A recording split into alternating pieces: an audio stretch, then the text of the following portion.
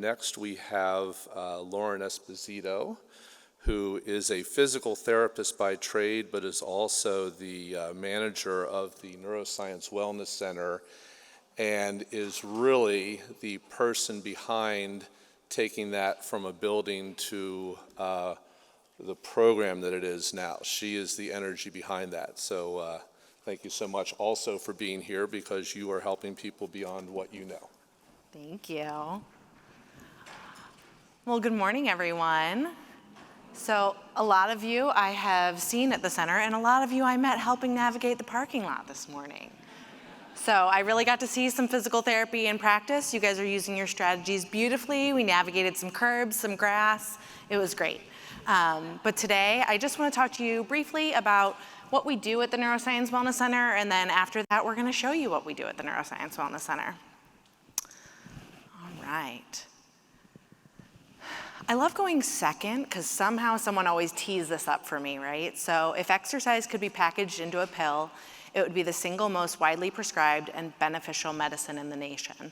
I think that really sums up what we heard earlier and then what we're going to talk about now. So I want to talk about two different definitions of wellness. So the first is the quality or state of being healthy in body and mind, most importantly, as the result of a deliberate effort. So it takes time to put it in your schedule. It takes a commitment to get there, or to pull up the exercise video, or to follow that prescription. And then the second is the role of wellness in neuroscience. So it's an approach to healthcare that emphasizes preventing illness and prolonging life, as opposed to just treating the disease itself. And I really think I've had the privilege for my career at OhioHealth to work with neurologists across the system who do believe in exercise as the complement to everything that they're doing in the clinic, and they're not standalone. And so I haven't really had to fight hard for this one. I've been very lucky. So here on, I guess it would be your left, you'll see kind of the traditional patient experience that you may see in some other healthcare systems, or places that might not have access to some of the services that we offer. So what you're really looking at here is stopgaps. So maybe you're diagnosed with X, Y, and Z condition, you get a prescription, they send you to rehab, you graduate rehab, your therapist tells you, I really want you to go exercise, join your local YMCA, go to Planet Fitness, and then you're living in this wellness space. But things come up. Maybe you have a challenge that you didn't expect, and there's no way for your wellness provider to communicate back to your medical team of here's what's going on, here's what we're noticing. So it was this just stopgap, and we really didn't know what was going on. So the vision for the Neuroscience Wellness Center was really a place where we could disrupt this cycle, so we could keep our patients as healthy as possible. We could have connectivity with our medical providers of what's going on at the center, if there's any change, and create that integrated vision of care. So this is what the model looks like now. So the patient is always still at the center of everything that we're doing. We still have the same elements. So we've got our medical team, we've got our rehab team, and then we've got our wellness team. But now you'll see this kind of back and forth. And the back and forth is what's so important. It's a way for us to, again, communicate what's going on, take a little bit of that responsibility and ownership for working together in this integrated role. And I've experienced, did my mic? Oh no, we're good. Situations where we do reach out and we say, hey, our client had a fall at the center. They mentioned this is maybe the 4th or 5th fall that they've experienced. And we say, want you to call your neurologist, want you to get checked out. And we kind of send a heads up. And so they can walk in and say, hey, I heard this is happening. So it just helps facilitate some of those conversations. So the proposal was to create a center dedicated to neuroscience wellness, and then use it as a hub or an incubator for programs out in the community, because we know that not everybody lives close to our center. So I'm just going to show you a quick little building design. So this is our beautiful building. It is open. We are coming up on our 2-year anniversary on May 19th. We've been able to do some amazing work there, and it's really set in a very special area. We've got a whole family of deer that come up to the window while you're exercising. And then one of the things that was really important to us, you'll see here at the bottom, all of the green space is our exercise room. So we've got that group fitness programming that we spoke about, that option for connecting with other people in similar situations and creating those bonds. And then we have up in the pink is our education space. So education is also really important. So we do host a lot of educational events and monthly lectures where we bring in speakers, and it's open to the community. So let's talk a little bit about our programming. So the big program that we always kind of direct people to as a starting point is our PD wellness program. So this is our 12-week wellness program for people with Parkinson's, and then also their care partners. So that's something that we did differently when we opened up the center.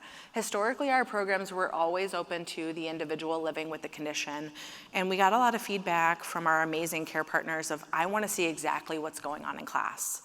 Because maybe I'm only coming for the 12-week program and then I'm gonna have to exercise independently in the community because it's not sustainable for me to drive back and forth. So we said, take the class alongside your loved one. Come to all the education and be able to be really that partner wherever you need to end up. So that was new and it's gone really well. It's an evidence-based program, obviously. It is a group class, so typically we'll have up to 20 people in that class.